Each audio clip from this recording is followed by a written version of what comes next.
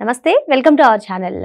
కడప జిల్లా పులివెందుల అదేవిధంగా ఒంటిమిట్టలో జరిగినటువంటి జెడ్పీటీసీ ఎన్నికల గురించి మాజీ మంత్రి వైసీపీ కీలక నేత అంబటి రాంబాబు ఓ ట్వీట్ పెట్టారు. మరి ఈ ట్వీట్లో ఈ జెడ్పీటీసీ ఎన్నికల ఫలితాలంతా కూడా కోయ ప్రవీణ్కే అంకితం అంటూ ఒక వీడియోని కూడా అటాచ్ చేశారు. మరి అసలు ఆ వీడియోలో ఏముంది, ఏం జరిగింది, ఒకసారి ఆ వీడియోనే చూద్దాం.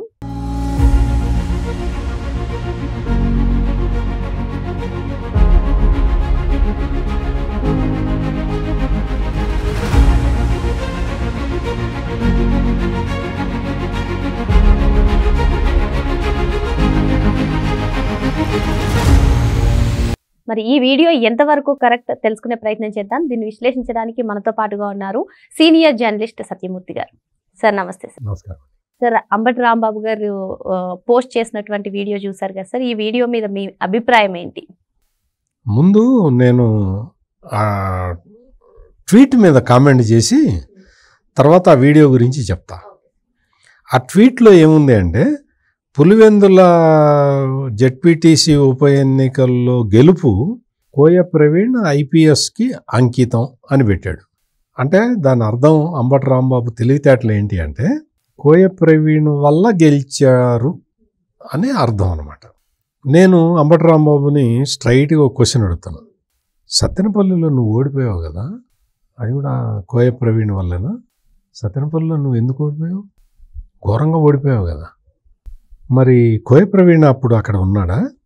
ఆయన కోయ ప్రవీణ్ రాయలసీమ ప్రాంత డిఐజీగా ఆయన విధి నిర్వహణ ఆయన చేశాడు.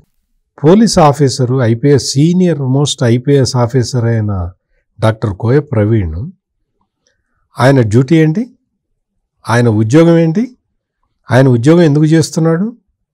అంబటి రాంబాబుకి తెలియదు, కానీ నేను చెప్తా. ఆయన డ్యూటీ ఏంటంటే శాంతి భద్రతలను కాపాడటం, లా అండ్ ఆర్డర్ని మెయింటైన్ చేయడానికే ఆయన ఉద్యోగం చేస్తున్నాడు ఐపీఎస్ అధికారిగా. పులివెందుల్లో విచ్చలవిడిగా అరాచక శక్తులు రాజ్యం వెళ్తూ ఉంటే ఆయన డ్యూటీ ఏంటి? వచ్చి ఆపటం కదా, అడ్డుకోవటం కదా. అదే కదా ఆయన చేసిన పని. ఆయన చేసిన ఇంకొక పెద్ద పని ఏంటి అంటే, అవినాష్ రెడ్డిని అంతకు ముందర సిబిఐ వాళ్ళు కూడా అరెస్ట్ చేయలేకపోయారు. జగన్మోహన్ రెడ్డి ముఖ్యమంత్రిగా ఉన్నప్పుడు దేశంలో అత్యున్నత దర్యాప్తు సంస్థ అయిన సిబిఐ ఈ అవినాష్ రెడ్డిని టచ్ చేయలేకపోయింది. ఈ కోయ ప్రవీణ్ ఆధ్వర్యంలో పనిచేస్తున్న పోలీసు బృందంలోని ఒక కానిస్టేబుల్ ఈ వైఎస్ అవినాష్ రెడ్డిని రెక్కిరిచి లాగి జీపులో పడేశాడు. అంటే దీన్ని బట్టి అంబటి రాంబాబు అర్థం చేసుకోవాల్సింది ఏంటి అంటే, శాంతి భద్రతలు కాపాడాలి అని పోలీసులు అనుకుంటే ఈ జగన్మోహన్ రెడ్డి లాంటి వాళ్ళు 1000 మంది వచ్చినా అడ్డుకోలేరు. అందుకనే జగన్మోహన్ రెడ్డి ఆ రోజున వైఎస్ అవినాష్ రెడ్డిని సిబిఐ నుంచి కాపాడటానికి ఇదే పోలీసుల్ని ఉపయోగించాడు. పోలీసులు మంచి చెడు చేయొచ్చు, చెడు చేయొచ్చు. మంచి చేసే పోలీసులేమో కోయ ప్రవీణ్ లాగా ప్రవర్తిస్తారు. చెడు చేసే పోలీసుల గురించి నేను పెద్దగా చెప్పక్కర్లేదు. ఆ రోజు కర్నూలు ఎస్పీగా ఉన్న వ్యక్తి గురించి నేను అసలు చెప్పక్కర్లేదు. అతను ఏమన్నాడు? వైఎస్ అవినాష్ రెడ్డిని అరెస్ట్ చేస్తే ఇక్కడ శాంతి భద్రతల సమస్య తలెత్తుతుందండి, అందుకని నేను అదే జరిగితే నేను మీకు రక్షణ కల్పించలేను అని చెప్పి ఆనాటి కర్నూలు ఎస్పీ సిబిఐ అధికారులకి చెప్పాడు. అంటే ఎంత దారుణం, ఎంత అన్యాయం అంటే, పోలీసులను ఉపయోగించుకొని నువ్వు నీ తమ్ముడు అంటే మర్డర్ కేసులో ఇన్వాల్వ్ అయి ఉన్న నీ తమ్ముడిని కాపాడుకోవటానికి పోలీసు యంత్రాంగాన్ని మొత్తం వాడుకున్నావు కదా జగన్మోహన్ రెడ్డి. అంటే పోలీసులు నీ ముందర, నీ దగ్గర నువ్వు ముఖ్యమంత్రిగా ఉన్న సమయంలో నీ తాబేదారులుగా పనిచేస్తే నీకు ఆనందంగా ఉంది, చప్పట్లు కొట్టావు. అప్పుడు ఈ రోజున నిజంగా నిజమైన పోలీసులు వచ్చి శాంతి భద్రతల్ని కాపాడుతుంటే నీకు కంపరం పుడుతున్నదా? వైఎస్ఆర్సీపీ పార్టీ ఆఫీస్కి వచ్చి పోలీసులు వచ్చినప్పుడు అవినాష్ రెడ్డి పోలీసు కస్టడీ నుంచి పారిపోయి వచ్చి అందులో దాక్కున్నాడని తెలిసిన తర్వాత పోలీసులు ఆఫీస్కి వస్తే ఒక ఈ తాగుబోతుడు బ్యాచ్ అందరూ మందు కొట్టున్నారు.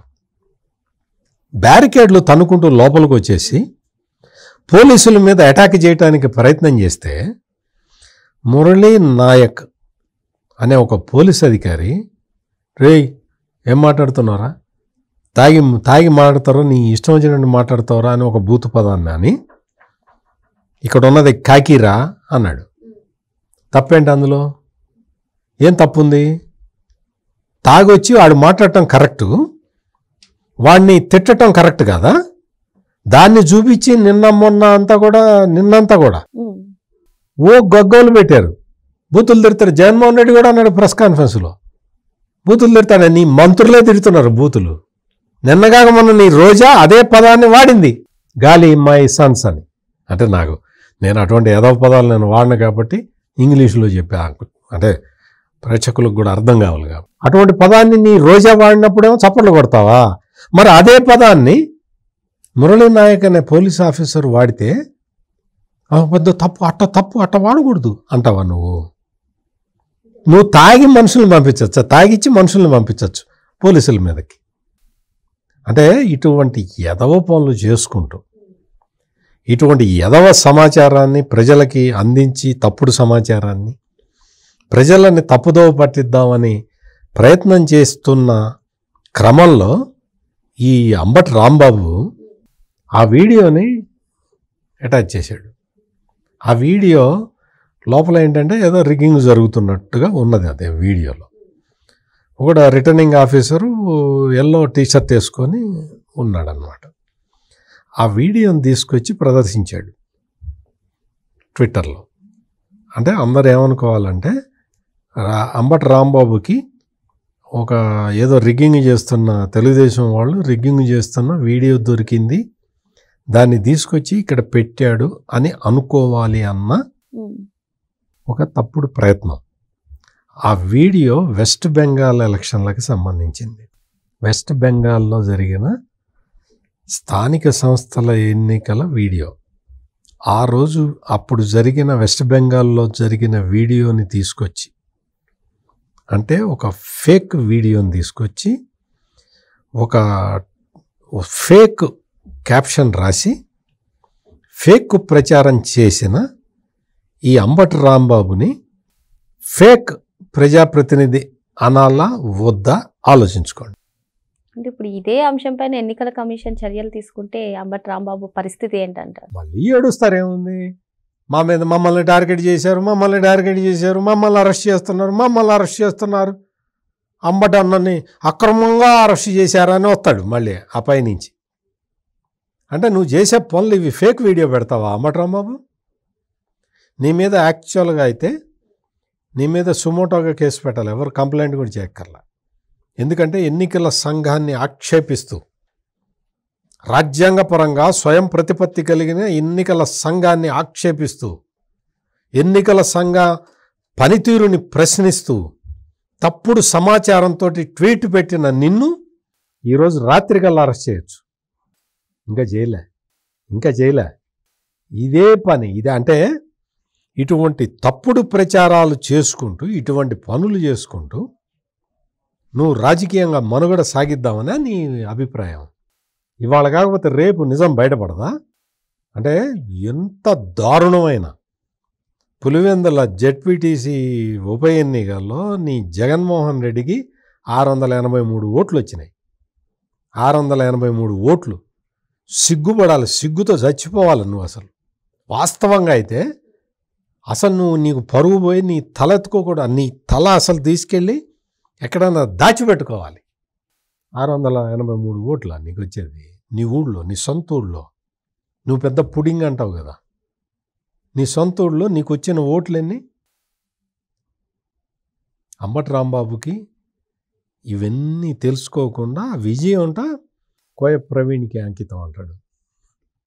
నువ్వు నీ సత్తెనపల్లిలో నీ పరాజయం కూడా, నీ పరాభవం కూడా కోయ ప్రవీణ్కి అంకితం చేసుకో. కోయ ప్రవీణ్ మొత్తం రాష్ట్రం మొత్తం ఉన్నాడా?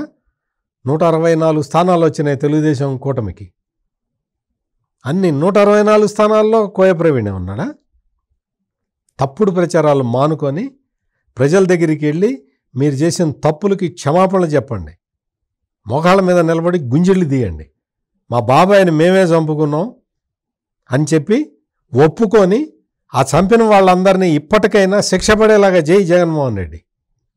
అంతేగాని పిచ్చి పిచ్చిగా ఊరికే తప్పుడు ప్రచారం చేసుకుంటూ మనం బతుకుదాము, మనం రాజకీయంగా పైచేయి సాధిద్దాము అనుకుంటే సాధ్యమయ్యే పని కాదు. అందుకని అంబటి రాంబాబు కూడా తెలుసుకోవాలి. మళ్ళీ రేపు ఎల్లుండో పోలీసులు అరెస్ట్ చేస్తే ఏడవమాక. ఎందుకు అంటే నువ్వు చేసిన మరి ఈ తప్పుడు పనులన్నీ కూడా పోలీస్ కేసులే అవుతాయి. ఒక బాధ్యత గల మంత్రిగా పనిచేసిన నువ్వు ఇటువంటి తప్పుడు ప్రచారం, ఫేక్ వీడియోని పెట్టి తప్పుడు ప్రచారం చేయాలనుకోవటమే నేరం. అందుకని ఇదంతా ప్రజలకి తెలిసిపోయింది, ప్రజలకి అర్థమైంది కాబట్టే జగన్మోహన్ రెడ్డికి ఈ తీర్పు ఇచ్చారు. సొంత నియోజకవర్గంలో, సొంత ఊళ్ళో జగన్మోహన్ రెడ్డి ఘోరాతి ఘోరంగా ఓడిపోయాడు. మరి ఫేక్ ప్రచారంతో రాజకీయంగా ఎదగాలంటే అది సాధ్యపడదని ఒక మంత్రిగా వ్యవహరించినటువంటి అంబటి రాంబాబు ఇటువంటి ఫేక్ ప్రచారం చేయడం సరికాదని సార్ చెప్తున్నారు. మరో అంశంతో మళ్ళీ కలుద్దాం. Thank you sir. నమస్కారం.